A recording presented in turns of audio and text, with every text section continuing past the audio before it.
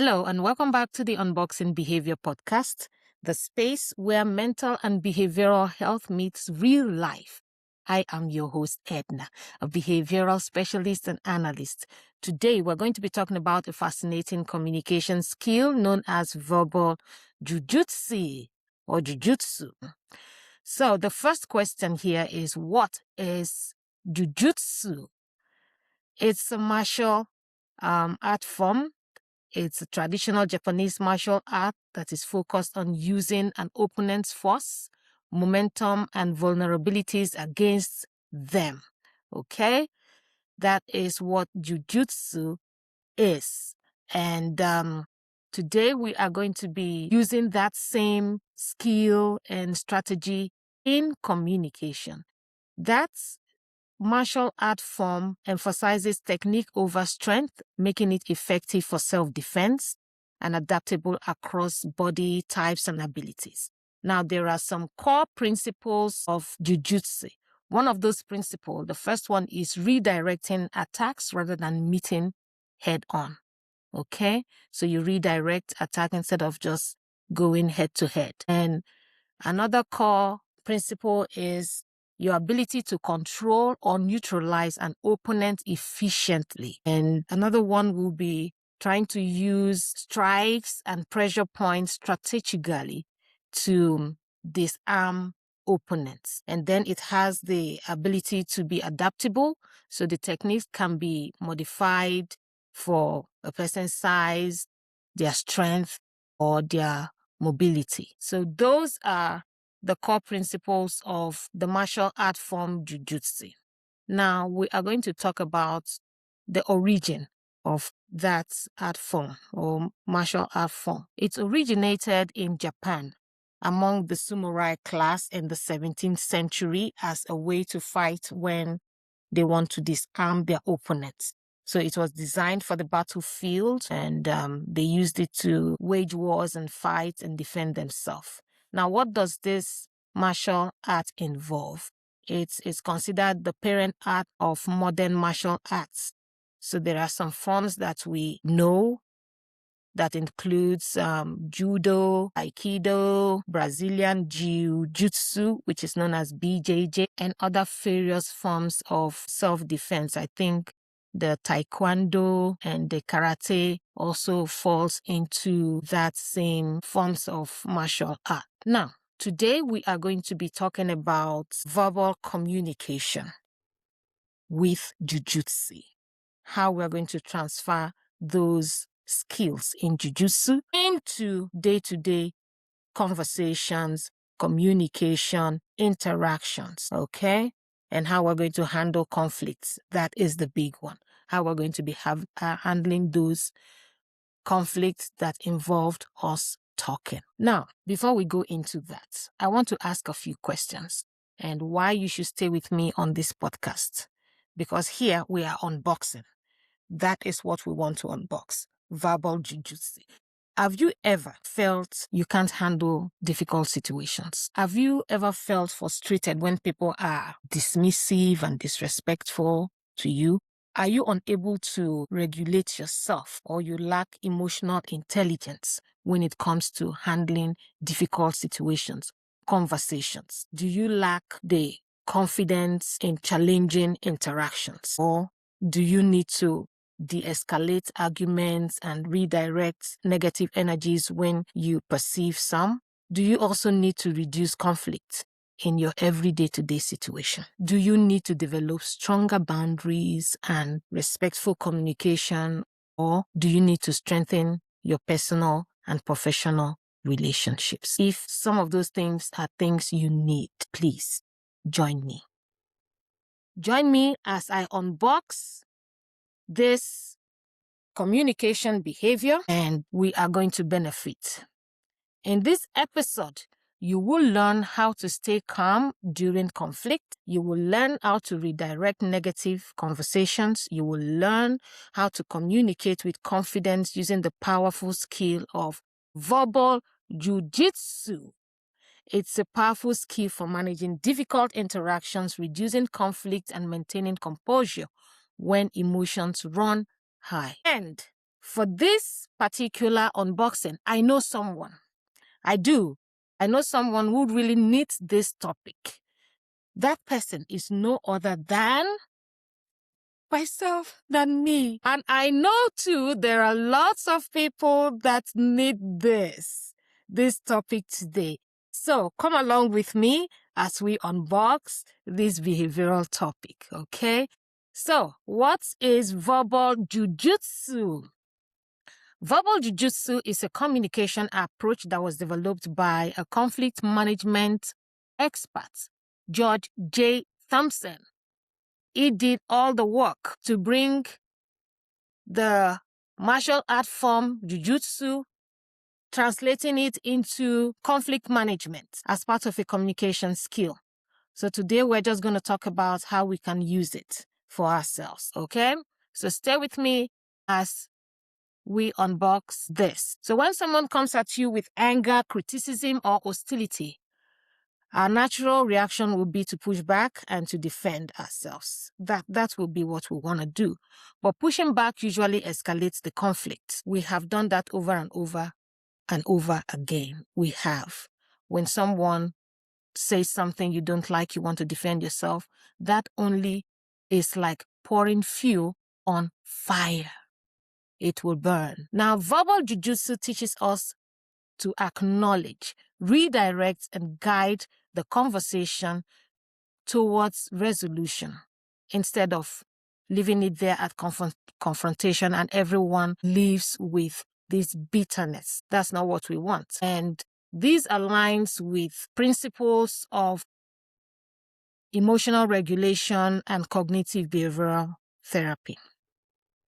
So we will talk about these principles. If you haven't watched our first episode, please go back where we explained 2 powerful therapies that we're going to be using. Evidence-based therapies, CBT and DBT. I'll talk about that later as we go on this conversation. So, why do conversations escalate? Why do people engage in altercations, verbal altercations and arguments? I will talk about 3 basic things. There might be more, but we'll just focus on these 3 basic things. Conflict often escalates when people feel unheard. That's 1. When people feel disrespected. That's 2. When people feel misunderstood. That's the 3rd one. So these 3 things, no one hears me, I'm being disrespected, I'm being misunderstood. Those are the 3 things that basically causes conflict to occur. Now, when someone feels dismissed, their emotions or their emotional intensity increases. Think of it like a game of ping pong or table tennis, you know.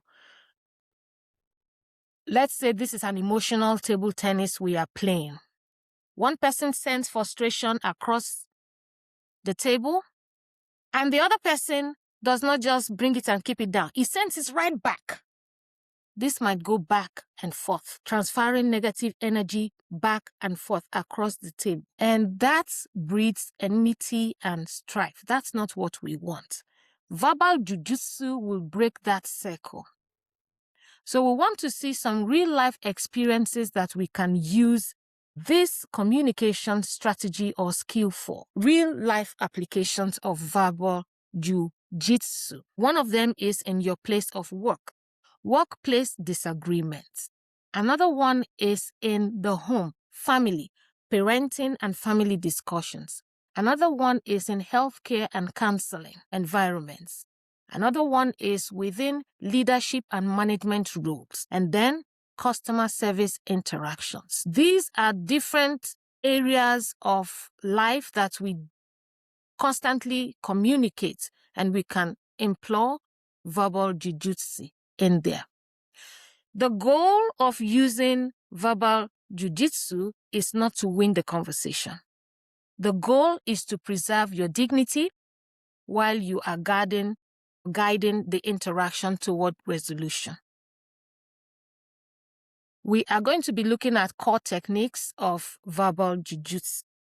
So we'll be talking about some of these techniques, and these techniques will be hinged or based on CBT and DBT. So remember, we talked about cognitive behavioral therapy, and that this focuses on the connection between our thoughts, our feelings, and our behavior. So that is with CBT. And then we have DBT, which focuses on building our skills for emotional regulation, distress tolerance, and mindfulness, including interpersonal effectiveness, which is that tiny area we are going to be looking at. Interpersonal effectiveness has to do with communications too. So we want to take those two therapies and see how we can unbox verbal jujitsu. So with CBT, which is cognitive behavioral therapy, a few things that we can do. The first one is acknowledging emotions. People kind of calm down when they feel understood. The other person should first acknowledge the fact that the other person is frustrated about the situation. And once you acknowledge that, we can now begin to give clarity to the situation or kind of make people understand what is going on. So acknowledging emotion does not mean that you agree with what they are talking about or what they're arguing about, but it simply shows that you are listening. There's the element of active listening in there. So that is one. Another thing we want to talk about is using clarifying questions. One thing this does is it slows down conflict and encourages dialogue. So when you ask questions, critical questions, please take note, not questions to attack the other person. We're asking critical questions here, questions that are logical, questions that will make the other person reason and give you reasonable answers. That's what we're talking about. So for example, imagine that someone is asking you a question like this when you're having a back and forth argument or altercation. And the person say, why did you do this? Versus, can you make me understand why you did this? Can you make me understand your decisions or why you took this decision? Which of those two scenarios will you be addressing? Personally, I won't talk or speak or respond to someone that is coming at me, asking me, why? Pointing, gesturing, being aggressive. I'm going to step back. But if this same person comes in this approach or manner and says, can you make me understand why you made this decision? Why you had to do this? Can you make me understand? That is like asking for my explanation. And that's what I want to do. So that right there is an invitation for you to collaborate rather than be in the defense or be in opposition. So the person will strive to put a logical explanation and understanding to what is going on. But like I said before, that doesn't mean that we are agreeing with everything that they're saying with their action or whatever. No, that's not it. That's a separate thing altogether. The next thing we want to talk about is cognitive restructuring. This is also a CBT skill that will help individuals identify and challenge negative automatic thoughts that arise during conflict. So instead of interpreting constructive criticism as a personal attack, you want to step back and kind of take a look at the situation more rationally before you respond. And your response should come calmly rather than defensively. Another skill we want to employ here is the pause and response awareness. Now, this technique is a very powerful one. The pause. It is a very intense technique that a lot of us are capable of using, but we do not utilize. The pause is the beginning of verbal jujitsu because you respond or react to a situation not just like that. You pause before you respond and react to a situation. And CBT encourages that we recognize the link between our thoughts, our emotions, and our behavior. And that's right there, that pause connects what you're thinking, what you're feeling before you act or behave. So it's a way of bringing you to be aware of what is going on. This awareness allows individuals to react or choose a response that redirects the conversation towards resolution.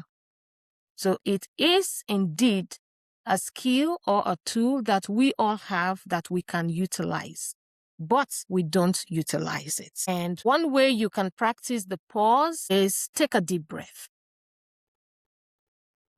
before you say something. Sometimes some people count mentally, say 1 to 5, 1 to 10, before they respond to someone or to something. Some other people might say a silent prayer for strength, for wisdom on how to respond or react. Some people could recite a powerful affirmation like, I got this, I am in control. Those are like short, powerful affirmations that you can say with yourself to reenact that pause. So the pause is a game changer.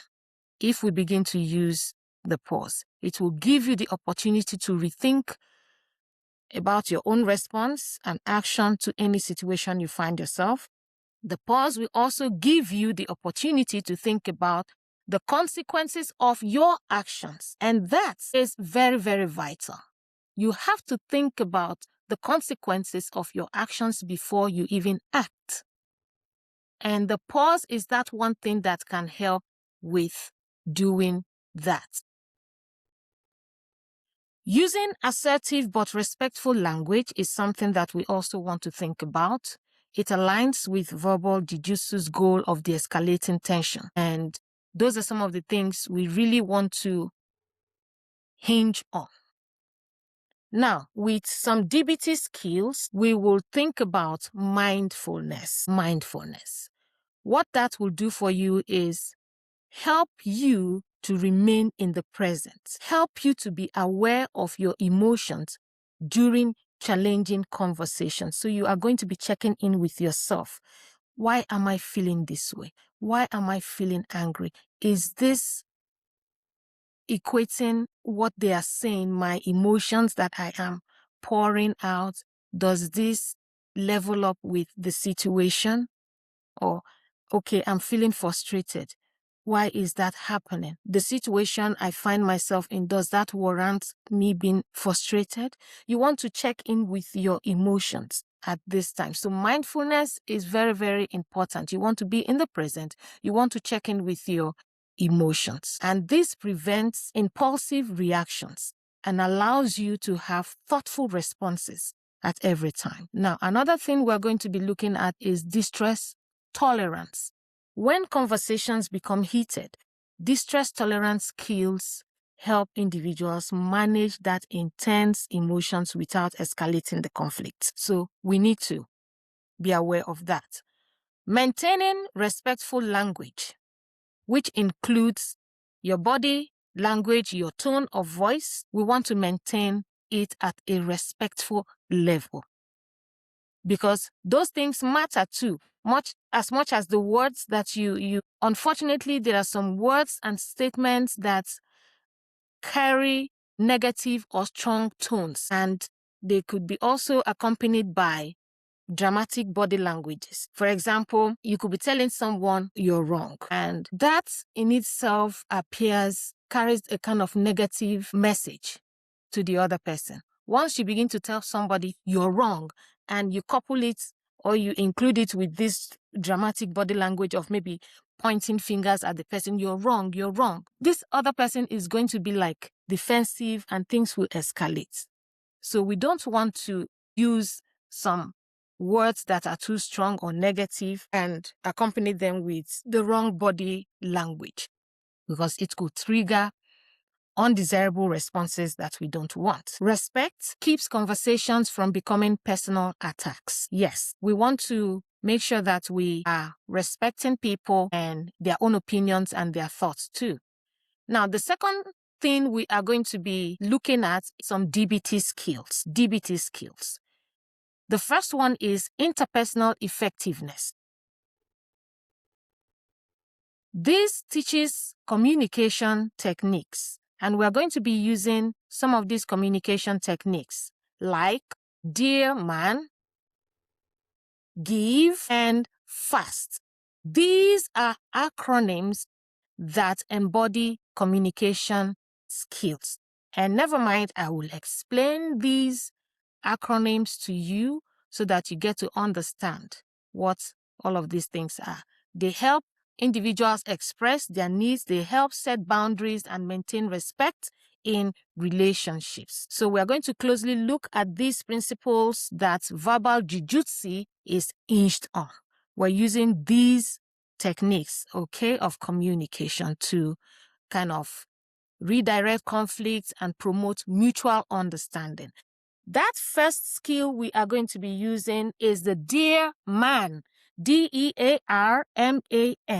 It is a skill that helps individuals ask for what they need to be able to set boundaries while maintaining self-respect and clarity. The D in D-man simply means describe. You want to clearly describe the situation or facts without judgment. That's what you want to do. For example, if you are having a meeting or something, an example that you want to use to describe is when the meeting started late today, this happened, that happened. When I went to talk to this person today, this is what happened, that is what happened. That is what they said, trying to describe the situation of facts without judgment. So you're not beginning that with, this is what this person said to me. They are this and they are that. We're just describing the situation. E, express. You want to express your feelings or opinions about the situation. For example, I feel frustrated because it affected my schedule. I feel frustrated when they did not respond. You are expressing. A, assert. You want to clearly state what you want or what you need. You are being assertive here. I'd like us to start this meeting on time. R, for reinforce. You want to explain the positive outcome if your request is met. So when you assert that this is what I want, tell the person why you want that. For example, we said, we want this meeting to start early or on time today. When you are reinforcing, you want to explain that it will help everyone stay on track or on schedule. That's what you're reinforcing. Now, the next one is being mindful. Being mindful, this is where you want to stay focused on your goal and avoid getting distracted by criticism or arguments. So you don't want things to distract you from your goal. Our goal is to start this meeting on schedule. Someone might be saying something begrudgingly. Don't be distracted by that. Just stay focused. A, appear confident. Now, this is where we are going to be working on our body language. We are going to maintain that calm body language. We are going to have a steady tone of voice, and we are going to project confidence. Yes. Now, the next letter for dear man is N. Negotiate. This is where you are willing to compromise or offer alternatives if necessary. So sometimes it may not go the way we want, but are we willing to compromise? Are we willing to offer alternatives if and where necessary? Yes. Now, the next set of skills that we are going to be talking about that comes in the acronym GIVE. It's a skill for maintaining relationships. GIVE helps individuals maintain a healthy relationship while communicating during conflict, especially. So the G there is for be gentle. You want to be gentle, be polite, and avoid attacks, threats, or judgments. Don't go personal. Face issues, not people, not the person. They have things that they want to talk about. Let's deal with that, not their person. So don't go cursing at someone. Don't go throwing jabs and shades at people. The I there is for interested. You want to show some genuine interest in what the other person is saying. Don't be dismissive. Don't come to quick conclusions. Give them that chance. The V is to validate. Acknowledge the other person's feelings or perspective. And we're not saying you are agreeing with what they are saying, but you want to acknowledge that, yes, they have feelings, they are reacting, or they are responding with their feelings to what you are saying. Acknowledge that. The E is for easy manner. You want to try to read a tone that is a little relaxed. Sometimes we could even lace things with humor or warmth, especially if you are having these conversations or these issues with, let's say, friends and family members. These are people that will always be there. So you don't want to just use aggression and escalate things really bad. So using a relaxed tone of voice, imploring humor, and making the conversation light could go a long way. So that is with give. Now, the next skill we are going to also address is in the acronym FAST. F-A-S-T. Now, this is a skill for maintaining self-respect. You've heard, respect is reciprocal. So FAST is that skill that will help you maintain your self-respect and dignity. So the F there is for being fair. Are you fair to yourself? Are you fair to the other person? So you have to be fair to both yourself and the other person. The A is for apologies. Do not over-apologize for expressing your needs or your opinion. These are the things that you need as an individual. You can express them with no apologies, respectfully. And the S is for stick to your values. You want to remain true to your beliefs and personal boundaries. And those things are hinged or rest on your values. For example, if you're someone who values family, you want to remain true to those things that you believe in, and you want to set, say, boundaries on those values. Very important. The last letter there is truthful. You want to be honest and avoid exaggeration or manipulation. So when you're having these heavy, deep conversations, please be honest, project truth, put out facts. You don't want to overly exaggerate things and try to manipulate people to be on your side or to do the things that you want to do. Let it be left for them when you put out those truths and facts that, okay, I decide to do this with you, or no, I don't want to. You want to also be respectful of that. So those are the things that we want to talk about for fair. And the next thing we also want to try to put in here for our verbal jujitsu is setting boundaries calmly.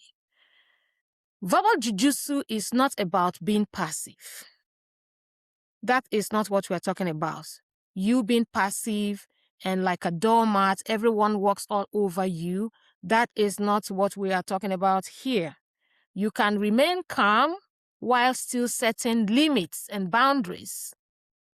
But we are not saying don't do any of those. That's being passive. That's not what verbal jujitsu is about. No. So healthy communication includes respect and boundaries. We want to set healthy boundaries that are neither porous or rigid. We will definitely come to boundaries. So please be patient. We are unboxing these behaviors one conversation at a time. we will deal with boundaries soon. So together with the CBT and DBT skills, we have tried to put out those skills and things that you need to be able to regulate your emotions, to reframe your negative thinking, and communicate effectively, making them a powerful tool for practicing verbal jujitsu in both your personal and professional interactions. I want to thank you for listening to today's episode on verbal jujitsu. As usual, I would like us to end with our guided reflection. If it's okay with you, I would like you to take a quiet moment before we wrap things up to take one slow, deep breath in. And exhale. Nice. If you found this conversation helpful, consider sharing it with someone you know could benefit from this strong communication tools that we have discussed today. I thank you once again for listening to today's episode on Verbal Jujitsu. Thanks for spending time with me today. If you like this type of topic, kindly join me next time to unbox another behavioral topic. And until I see you next time, I wish you peace and good health.